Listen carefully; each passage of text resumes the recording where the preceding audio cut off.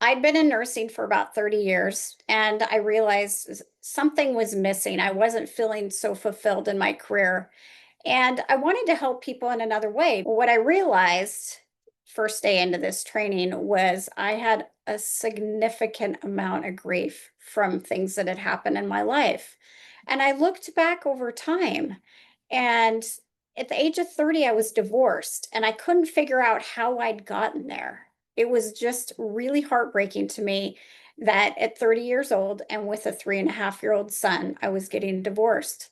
I didn't feel safe in my own body because in that previous relationship, I had learned that I had to constantly monitor everything around me.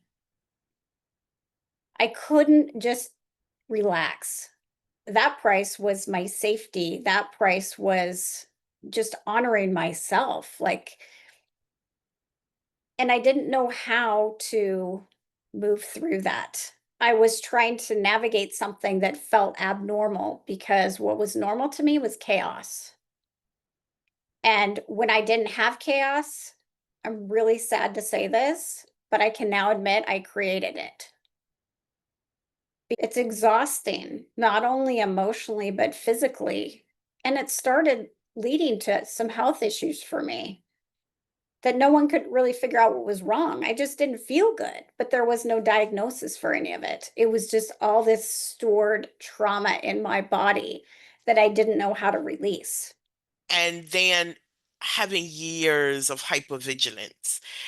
I remember at one point in time, no one could approach me from behind without Mm. me almost ready to attack because of, the type of abuse that I went through. And I think even when we're victimized, we can have that 1% responsibility of we are choosing to not heal. I was viewing the world with a really dark lens, and I wasn't able to see anything rose colored. It was everyone was out to get me, everyone else was at fault. The biggest shift for me was when I had a coach and she called out that I was giving my power away Mhm. by settling into the identity that I'm a victim.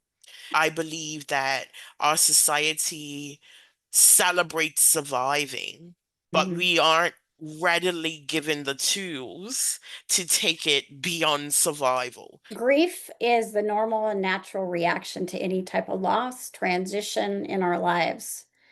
Getting married can be a grieving experience because you're giving up the life you had for a new life. And so you can have those conflicting emotions. So once I was able to look at aspects of my life that had caused me grief and give a voice to those emotions, I was able to start letting go and moving forward.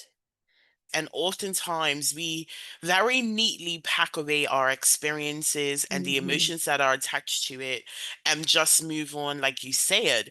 And a huge part of our healing is being able to process so that we can let Mhm. go.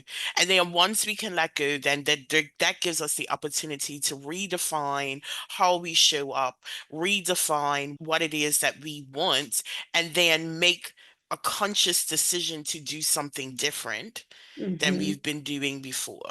I talk about the backpack that we carry. Like when we're born, our backpack is empty, but then, somebody bullies us at school, a rock goes in it. And then our first romantic breakup, another rock goes in it. And pretty soon it's so heavy we can't carry it anymore. And that's because we haven't been given tools to help us unpack the backpack. I work with anybody who is finding themselves kind of stuck in life, not feeling fulfilled, has gone through recent or, you know, a long time ago, some type of transition or grieving event, and just feels like they're not experiencing joy like they would like to because they're stuck. Because we know from the minute we're born until the minute we die, we go through transition. One key takeaway is where you are in your life is only one page of your story. It's not your whole story. There is hope moving forward. And regardless of what's happened to you, there's healing that can happen and your life can change